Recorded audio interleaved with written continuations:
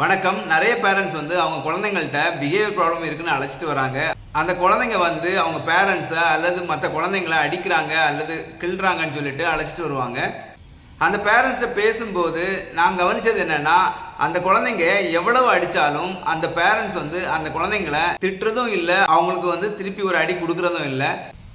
எல்லாரையும் இவ்வளோ அடி அடிக்கிறானே, இந்த குழந்தை வந்து அடிக்கும்போது அவனுக்கு நீங்கள் எதுவும் பனிஷ்மெண்ட் கொடுக்குறது இல்லையான்னு கேட்கும்போது, அப்போது அந்த பேரண்ட்ஸ் என்ன சொன்னாங்கன்னா, டாக்டர்ஸ் வந்து அவன் இந்த மாதிரி பண்ணும்போது இக்னோர் பண்ண சொல்லியிருக்காங்க, அதனால் நாங்கள் இக்னோர் பண்ணுறோம் அப்படின்னு சொன்னாங்க.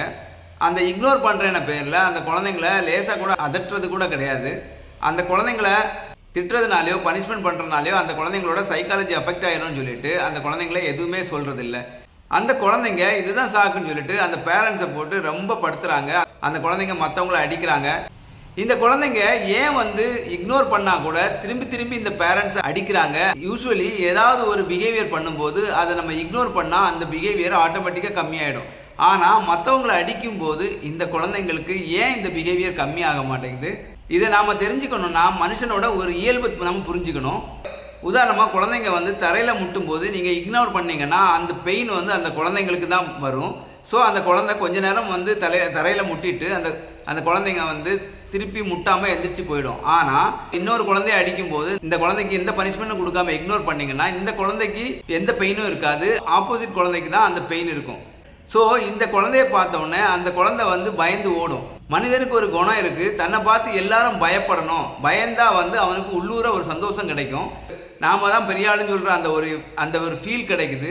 அடுத்தவங்களை அடிக்கும் போதோ அடுத்தவங்கள வந்து காயப்படுத்தும் போது அவங்க பயந்து ஓடும்போது இந்த குழந்தைங்களுக்கு வந்து இது ரிவார்டாக மாறுது. ஸோ இன்னொரு குழந்தைகளை அடிக்கும் போதோ அல்லது அந்த குழந்தைங்க வந்து பேரண்ட்ஸை அடிக்கும் போதோ நீங்கள் இக்னோர் பண்ணிங்கன்னா அந்த குழந்தைங்களுக்கு அது ரிவார்டாக தான் மாறும். அந்த ரிவார்ட்னால அந்த குழந்தைங்க மேலும் வந்து திருப்பி திருப்பி அந்த பிஹேவியரை விட மாட்டாங்க. ஸோ ஒரு குழந்தை இன்னொருத்தங்களை காயப்படுத்தும் போது நீங்கள் வந்து இக்னோர் பண்ணுறது கரெக்டான சாய்ஸாக இருக்காது. அந்த மாதிரி அந்த குழந்தைங்க அடுத்தவங்களை அடிக்கும்போது இக்னோர் பண்ணாமல் அந்த குழந்தைங்கள டைம் அவுட் பண்ணிங்கன்னா அந்த குழந்தைங்கள்ட்டேருந்து அந்த பிஹேவியர் மாறுறதுக்கான வாய்ப்புகள் உண்டு. டைம் அவுட் பண்ணும்போது அந்த குழந்தை தனிமைப்படுத்தப்படும். அந்த தனிமைப்படுத்தும் போது அந்த குழந்தைக்கு நாம் இதை நீ செய்யக்கூடாதுன்னு சொல்கிற ஃபீலிங் வரும். ஸோ இந்த கான்செப்டை நீங்கள் யூஸ் பண்ணி பாருங்கள், அவங்கள்ட்ட பிஹேவியரில் சேஞ்சஸ் இருக்கும். ஆனால் நீங்கள் இக்னோர் பண்ணிங்கன்னா அடுத்தவங்களை அடிக்கிற அந்த பிஹேவியர் வந்து கண்டிப்பாக குறையாது. தன்னைத்தானே காயப்படுத்திக்கும் போது நீங்கள் இக்னோர் பண்ணிங்கன்னா அந்த குழந்தைங்க தனக்கு பெயின் கிடைக்கிறதுனால அந்த பிஹேவியரை விடுவாங்க. ஆனால் அடுத்தவங்களை காயப்படுத்தும் போது நீங்கள் இக்னோர் பண்ணிங்கன்னா அந்த பிஹேவியர் குறையாது. ஸோ அடுத்தவங்களை ஹார்ம் பண்ணுற எந்த பிஹேவியருக்கும் இக்னோர் பண்ணுற மெத்தட் வந்து ஒர்க் அவுட் ஆகாது. தேங்க்யூ.